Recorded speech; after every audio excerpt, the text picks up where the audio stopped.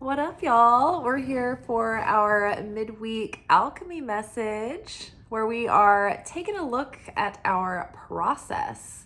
On Sundays, we do the energy oracle forecast where we just take a look at the week ahead and look at the general energy and the kind of the themes that are playing out. Whereas on Monday, we have our anchor message, which is like our soul assignments for the week. It's like our spiritual lessons that we'll be working with. And, it's like generally speaking in life, we're trying to be spiritual people and trying to grow and be better. But sometimes it helps to hone in. It's like, what is it that I'm supposed to be focusing on right now? Or I can see and feel all of these things playing out in my life, but what is the context? What does it mean? How's it all connected, right? So that's like our Mondays. Wednesdays are the alchemy message. And so that's where we actually unpack the lesson and take a look at how we're showing up, how we're handling things.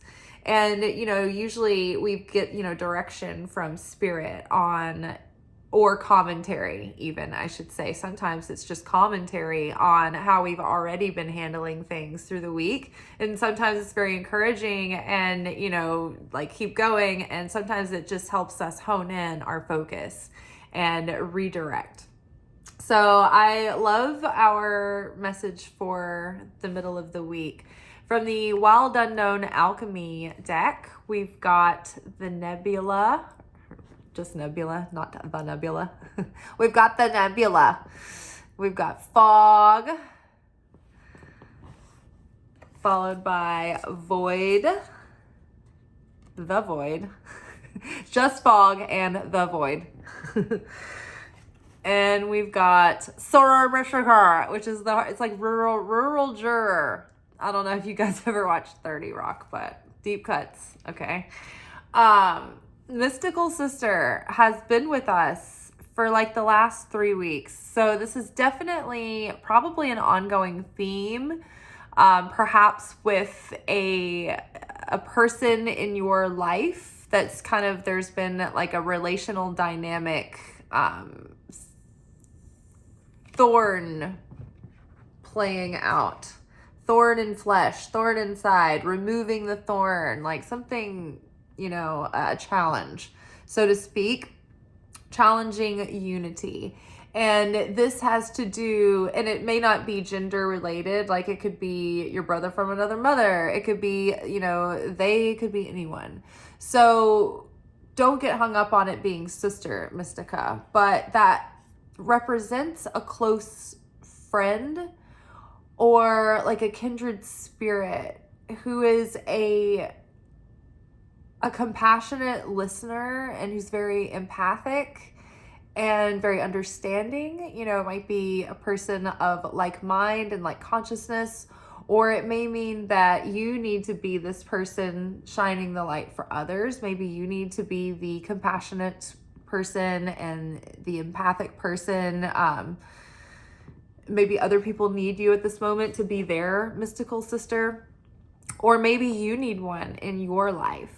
Maybe you meet someone, you make a new friend who is someone that you can kind of open up to and see eye to eye with, someone who's understanding, or maybe in general, these types of relationships are really needed in the world right now by everyone, and maybe they're actually becoming more available to you in your life, but maybe you kind of need to present as this energy also. It's like a give and take. It's reciprocated. So underneath Nebula, we've got the Queen of Wands. Underneath the Void, we have the Hierophant. And underneath the Soror Mystica, we've got Two of Cups. And then in this particular deck, this is like, two twin girls, twin sisters, bound together in their bond. Isn't that interesting? It's like how much more alike could you pull for a card? Okay, so the nebula, like the nebula is the birthplace, it's the nursery of birthing stars and star systems and galaxies. So in a way, the nebula is like the birth of creation. But at the same time, it is a fog. And so the way we experience fog, like, I mean, when you go outside in the morning and everything has this heavy fog around it, especially if you can go out into like the ground and you're surrounded by trees, or even walk into like a little path into like the woods or something, it's so magical. Everything is so quiet and all the sound is absorbed and you're blanketed in this mystical, eerie cloud. And it feels creative and charged and magical, but it also feels safe and blanketed. And then it can also feel a little eerie because you don't know what's could come right out of the, out of the other side of the fog. So in some instances, the fog can be very magical and enticing and stimulating and creative. However, in a negative way, the fog can thwart creativity and productivity. It can literally make you cloudy in your judgment, in your focus.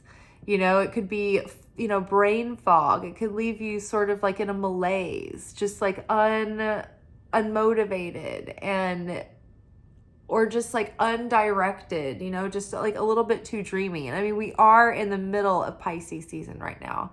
And it's this dreamy and it's foggy. It is sort of like ungrounded as you can get. And it's like part of that is because we're being taken deep into our feelings. So a lot of old things are coming up. So it's like getting that dust out of the cracks and then out from under the furniture and moving everything out of the way to do that big spring cleaning. And then, like when you open the windows in the wind, you think you get all the dust and the wind comes in and it blows out dust that you didn't even know was hiding in places. So that's kind of what Pisces season does for us at the end of February and, through March. It's like as spring starts to come in and winter starts to fade out, it's like we're deep cleaning the end of the previous year. And really this time around, we're deep cleaning the whole like first half of our life so far. Like such a long cycle has come to an end. And now we are beginning something new, but it's like we are kind of in this like this nursery, this nebula, right? We've been rebirthed and we've been giving birth to ourselves for the last year. And so, at the end of this emotional purge and like just, finally getting rid of anything that we don't want to bring with us, like there may have been a time where we've been in a limbo, and maybe our mind and our heart and our soul and our nervous system needed that fog, that blanket of protection around us. And it might have kept us just barely lightly separated from those around us, like a defense mechanism. But the boundary, the border, think of it as just like maybe like a candy shell, right? So it can melt fairly easy or be crunched through, and it's sweet, its purpose was, positive. It's just like a nebula, it just looks like this pastel confectionate sugar. It's glittery, sparkly sweetness. But it is time to come out of that fog. And we need a little bit of fire to get us moving. And, we need to, don't be in too much of a hurry to get out of Pisces season yet, but be ready, because in a couple of weeks, spring will be here and energy is moving and moving fast. And so in the meantime, it is good now to begin taking inspired action, divinely inspired action, and really start to get your routines in place. And don't waste any time. Don't hesitate. Don't rush. Don't be reactive. We've been working on self-mastery, right? The Hierophant here. is a level of sovereignty, of cosmic sovereignty. And that means that you have enough self-awareness to choose with free will, not just live in a state of reactivity. When we're in a state of reactivity, we're not thinking, we're not choosing with our clear consciousness. We are in default setting and we react according to our base instincts and our fears and our desires and our temptations and our competitiveness and our survival instincts. And that's our lower animal self, not our divine self, right? And so, as we've learned to claim this sovereignty, we've learned when to take action without delay. And when we are trying to rush something because we feel fear or scarcity or insecurity, or, we don't want to miss out on something, we've learned to trust divine timing, divine direction, divine order. We know how to do our due diligence. We know how to act in a responsible, way. But without rushing, and that sets us up, that kind of ease, that trust, that cosmic sovereignty. It shares affinity with the light of the Creator, which puts us in vibrational resonance with the light of the Creator, gets us into that harmony and that flow, and that cosmic blessing, miracle zone, right? And so, it's like, it's time to come out and share what we've learned through this time of healing and transformation and rebirth and renewal and reinvention. And we can't hide our light away anymore. Like, the world needs us. It's time to get back out in the world and shine our light and be a light and not hide away. We need to fully step in as the star of our own show in this series life. We're not supporting characters in our life. We are the main character in our own life. Each of us is, and we're ensemble walk-ons for people's lives, but like in your own world, it's not that you're being selfish or self-centered, but no one will look out for you at the end of the day but you. You are the only one here that has to answer for your soul, for your spirit, for your physical life, for the amount of transformation that you are able to do in your consciousness and in your heart and your soul in this life, right? So we need to get out there and we need to shine our light, and it's time, we're moving into this next level. And I think that it can be, for many of us, a significant up level in our consciousness and within our experience, within the way that we have fulfillment through life. And we're not so frightened of things, and we're not so offended by things. It's like we're hitting a level where we can practice presence and acceptance, where you're not fighting with the moment, so that relieves a lot of suffering. And it's just like we can let go of a lot. And so we're finding more peace and fulfillment, and it's taking less to do so. And because we're less needy, and we're requiring less to do so, it's like more is coming because we're relaxed and we've let go. And instead now of trying to make our, small little limited visions and needs and ego wants happen, we've surrendered, and we're finally aligning with that divine frequency, that resonance that's kind of sucking our pitch to want to harmonize with that. It's like when you hit a tuning fork, right? And I'm not a musician, I don't play instruments, but I live in Nashville, I've grown up around them. So what I think a tuning fork does is, when you're tuning strings or an instrument, I feel like it feels natural for them to go in that direction, and so it helps you listen to that note, to find it. And so that's the same thing. It's like we need to hit that note, and when the stronger frequency is held and sustained, like when the Creator frequency, right, is strong, it's sustaining, it's the most powerful and influential frequency, right? And so when we start to find affinity with that, it starts to be that influence that pulls us in the direction of the light, right? It causes us to evolve. Or we're inclined to want to go in that direction, to want to desire to be closer to the light, to be connected. So time to come out of hibernation, time to come out of the fog. It's time to shine our light. But don't get antsy and don't get impatient. Remember what we were just talking about, how we were going to be cosmically sovereign and act when we are divinely guided, not when we are being reactive and frightened or needy or fearful, or that's the same as frightened, insecure, all of those feelings. We want to act from certainty, from inner guidance, because the void is here, right? And so the void has a limitless potential.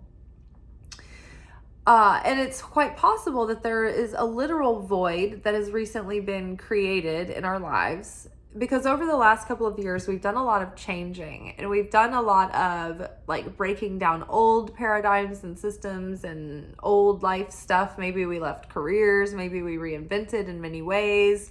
Maybe we, had relationship changes and major things that cause us to go through those awakening moments and rebirths, right? But maybe we had like a bunch of them happen. And so now it feels like we're setting out on this new journey and we're being reborn, but we have this huge void, this spaciousness in our lives that we're not used to having. They're usually full of those things.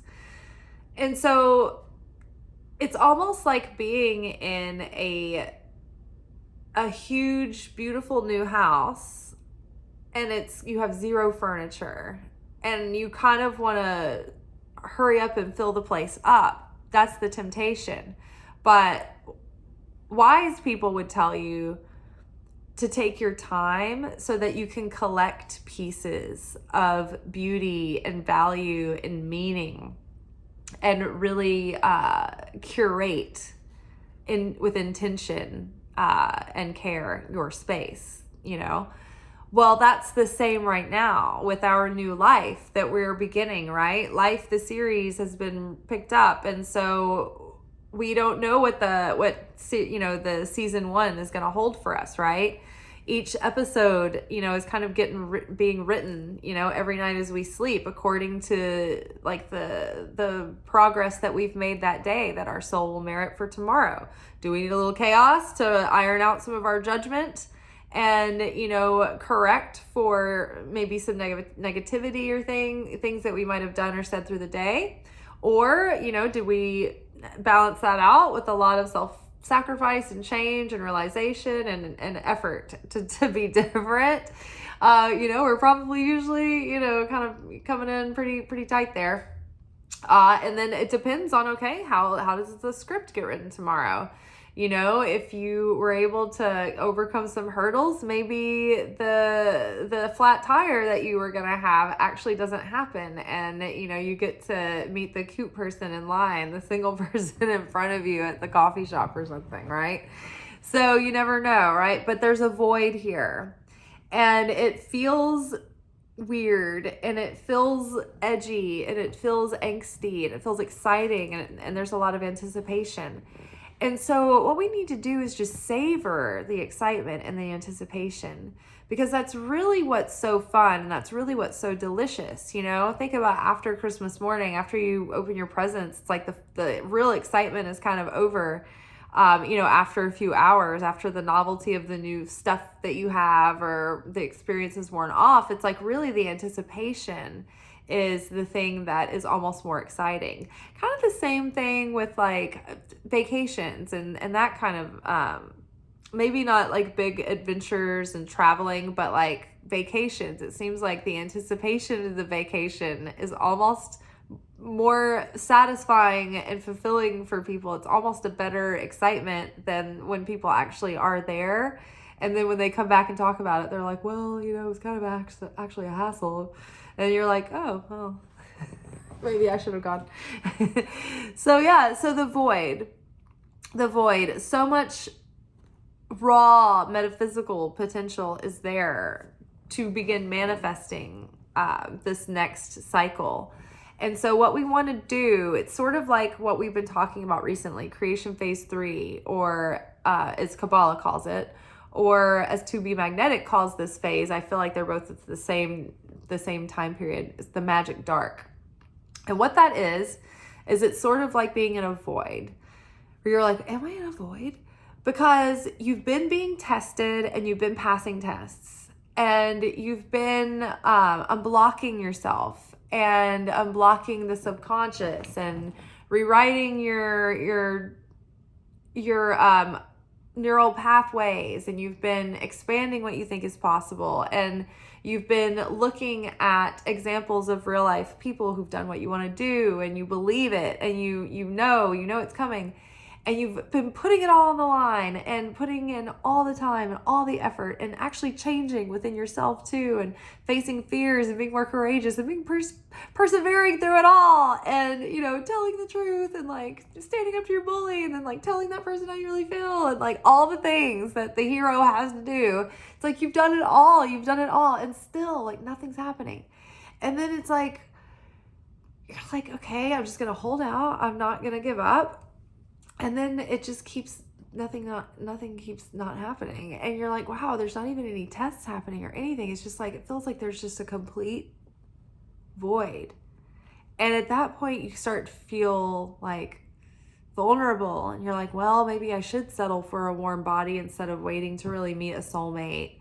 Maybe I should take that job that is probably something that's going to make me miserable, and it's not in alignment, but I'm too scared to go after a training or something that would help me do something that I would really resonate with. But it's maybe like something that you're not quite certain about because it's a freelance thing, and it's like you're not quite sure yet. And so the key here is to remember the criteria for what you really wanted. Like, what was that core authentic needs from those things? And what were the non-negotiables? What are negotiables? What are non-negotiables? What are preferences? But when you know those things, and you're weighing your options up against those, you're like, no, I don't want to settle. I don't want to settle for less than what I know I'm capable of, or I know I'm worth. And I believe the Creator has the thing set aside for me. And I know that I will recognize it when I see it, and it'll be an all in hell yeah kind of thing. And if it doesn't feel that way, if it feels kind of off, or it feels kind of disappointing, like I'm disappointing myself, or like I'm settling, I'm not going to do it. I'm not going to give up. I'm not going to throw in the towel. I'm not going to despair. I'm not going to lose faith or hope or certainty. I'm going to hold out. That is the test. That is the initiation, because the universe is testing your vessel. Do you value the effort that you've been putting in up until this point to hold out for the thing? Or are you going to throw in the towel and take the runner-up thing, settling for something that's not quite, right? Are you going to settle for something less than what you're worth? Are you going to do something, in low self-worth and settle and open a boundary that you wanted to hold that boundary, do something that's beneath you, or like not in alignment with your integrity? So it's like this test is like kind of making it seem like, what if you're never going to get the thing that you want? Are you going to give up? Are you going to settle? Are you going to believe? And so the key is just to keep reminding yourself that it's a test, and that it's the biggest test before the thing really comes through. And so that's when you know that, like, okay, you're close to the manifestation, and not only just the manifestation coming through, but the real fulfillment of it. Because if you haven't built the vessel, you haven't put in the effort, it hasn't, the stakes haven't been that high, you don't appreciate it as much. It's not even as enjoyable or pleasurable when it actually comes. So be wise. Allow the space to be there. Don't get angsty. Don't get antsy. Let the void be, and let Creator begin to fill that void for you. Literally, metaphysically, and figuratively. When you feel antsy and when you want to go get something for that hit of energy or validation or, whatever it is, just know that thing that you think is going to give you all the energy, it's just a vessel for the light of the creator. The light of the creator is the source of all fulfillment anyway. But those are just little small temporary packets that are like drugs that wear off. And then you're like, oh, I need more drugs. I need more vessels.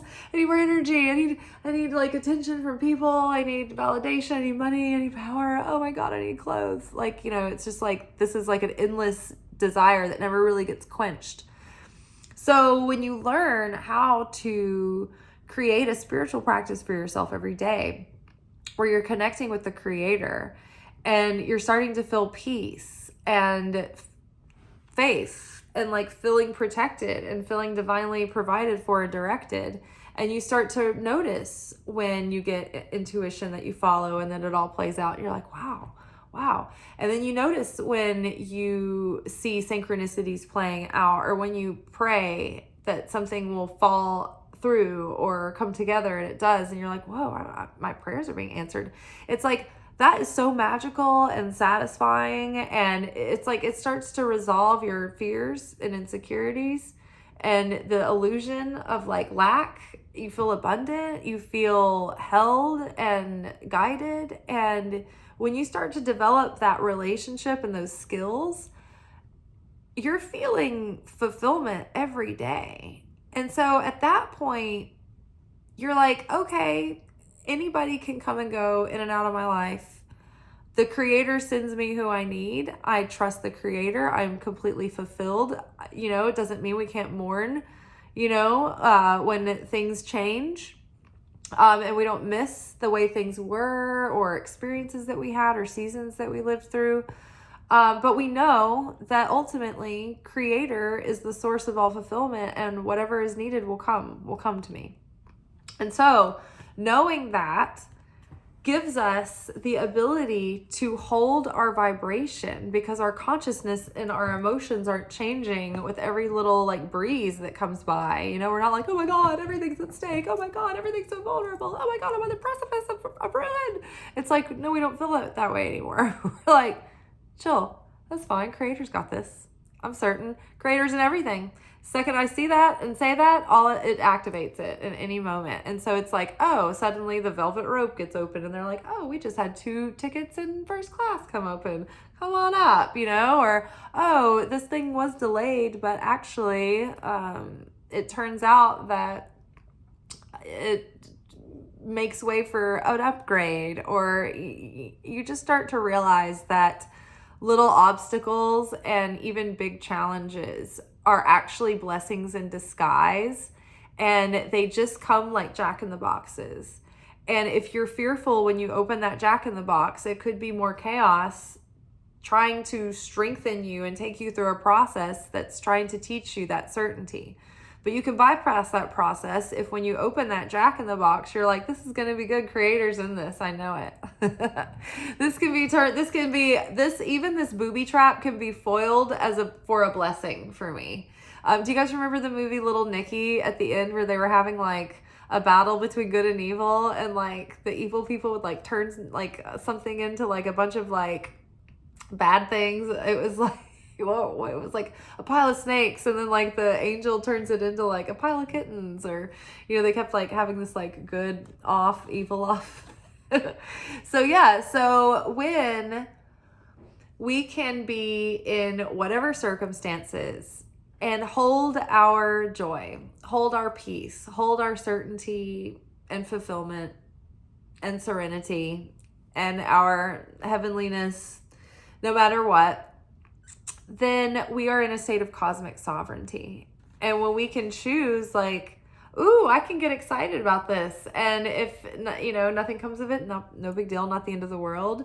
Or if something doesn't work out, it's like, hey, no big deal, not the end of the world. I bet something else is coming right around the corner, and I'll be even more exalted. And like, that is cosmic sovereignty. We want to have cause consciousness. We want to share that with source, because that again puts us in affinity with the light. The light is the cause, right? And not the effect. So when we're affected, we are not in cosmic sovereignty. We are not in like free will. We're in reaction. We're in that animal, base instinct mode, survival mode. That's not free will. That's not holding that cosmic sovereignty. So, overall, in addition to having cosmic sovereignty, the Hierophant card talks about, it's like the Pope card. So that's where we're talking about the cosmic sovereignty, the mastery over the self, the established relationship with Source and being that spiritual authority over your own life, but also being a teacher to others, being like lighting the way and being an example and sharing what you've learned. And also this card has to do with unity, which brings us to Sora Mystica and Two of Cups. Now, one thing that can cut us off from our blessings and create dissonance with us in the light of the Creator is separation. Whether it be through conflict or separation within our thoughts and feelings and our consciousness, maybe those aren't aligned with inside. Like maybe we want to do something, but we're holding ourselves back, and we're really proud of ourselves, but we're scared what people think. And that would be in separation within yourself, like warring and battling within yourself. Or it could be warring and battling with others, or things that cause, separation. In the Old Testament, Moses wanted to take some of the other people from Egypt with them, with the Israelites, to build the tabernacle. And God was like, don't do it. Don't bring the mixed multitude. It's going to defile everything. They're going to ruin everything. And Moses was like, no, they need to come along. We want to include them. We want to have compassion. And the light's like, it's not about having compassion, but they're not going to mesh, and it's going to be bad. And so the mixed multitude, they had negative consciousness, and it got into everyone else's consciousness, and it brought everybody down, and it caused dissonance, and it cut them off from the light of the Creator. So they weren't co-creators and manifestors anymore. They were inefficient and deficient, and so it was ruining the building of the tabernacle. And so Creator was like, you got to get rid of the mixed multitude, right? So we got to get rid of separation. It does not jam with the light. The light of the Creator is all unity, oneness. All things are encompassed in one. And so if we want to be close to the Creator and we want to be connected with the Creator, we have to resonate with the Creator. We have to have affinity with the Creator. And so basically, when you go through life, try to foster unity over division, over divisiveness, over separation. It's not always easy. Trust me, I struggle with this too. I've got my people that just like grind my gears, and it's hard, right? And it's usually this like little thing that's just like everything in your life. You've overcome all these battles and all of these like, hard times and against all odds. And it's just like this one person that just like gets right up your ass, and you're just like, damn, I can't with it. And they're the ones that are that is the thing that's blocking you, because that is causing the dissonance. No matter how right you are, no matter how justified you are, no matter how awful they are, that thorn in your flesh is the thing that is causing you to be out of affinity with the light of the Creator. It's causing separation. So do your best to make peace with it, to establish the boundary that you need to. Whatever it is, you need to resolve it within yourself, right? You need to be brought into, you don't have, like, if this is a person who is a toxic, vile, aggressive person who is bad for you in your life, I'm not saying that you have to make peace with them and be bosom buddies. I wouldn't even suggest that.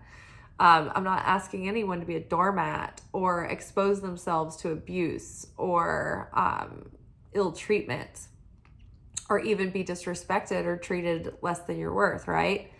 However, you can set a boundary, but then like not let it bother you inside. Not have any malice that you carry around within you. That's the most important thing, because when you're carrying around hard feelings, even if you're justified, even if you've legitimately been hurt, they're toxic for you. They're poisonous for your body. They can cause you physical illness and sickness.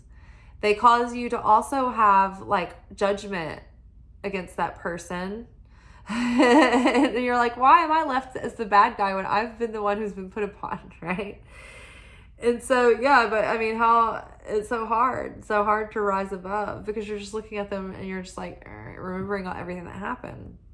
So then you're sitting there with evil eye on them, judging them, and that's causing separation. That's actually throwing negativity onto your scales.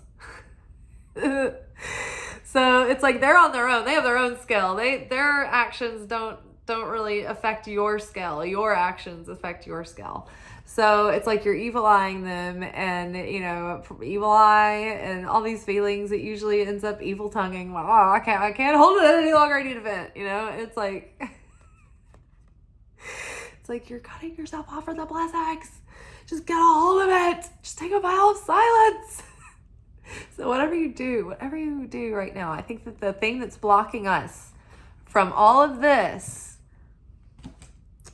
right, is it's like, hey, first of all, don't get impatient and fill the void with a bunch of stuff. Don't go to the Dollar Tree and fill up your beautiful mansion with a bunch of garbage. Wait for the heirlooms to come along. Wait for those once in a lifetime finds at the flea market, right? Or traveling, abroad, right? Those things, like, slow down. Let the creator fill. Don't go on a dating app and just start going on a dating spree of warm bodies who you don't have any affinity with, right? Stay in your authenticity, right? Let the creator, it's not that you can't take action, because some things do require involvement, but like, be in connection with your intuition and integrity, and don't just turn a blind eye just because you want to binge on whoever and whatever and why. Just hold the void and make peace within. If it's possible to make peace with others and create unity and friendship, great. If you need to set a boundary, great. But just try to cultivate that peace within, and try to resolve to a degree that you can wish them well, that you're not like hostile, seething and boiling inside. You know what I mean? We've all been there. Soror Mystica. Mystical sister, right? And then in addition to that, though, this isn't just about getting over things. It's also about connecting and cultivating that feeling of love in our lives by, making new friendships and investing in those friendships and all kinds of relationships. See your family, see your friends, make new friends, join groups of people that go out and do things that are, you share interests with, right? But all of that generation of like love, it's like it gets the vibration of joy, fulfillment, love going within your aura. And so that way, that's going to help the universe fill your void with more love and more great things that are in authentic alignment with you, because you're going to be sending out a clear and strong signal, a vibrational signature. But it's like this, the radio signal is only powered as strong as your heart feels love and passion and like desire for life. So that's kind of the strength and the magnetism of what it's sending out. And so the more authentic you are and the more love you're surrounded by and joy and fulfillment, then the stronger your signal to the universe. And then the synchronicities can start kicking in and sending you the most beautiful things to fill up this next cycle of your life. People, relationships, opportunities, homes, places, experiences, you name it. All right, y'all. I will see you tomorrow for our romance oracle reading for the week, where we will take a look at our love lives and see what's going on with that. Be good, but not too good. Ciao.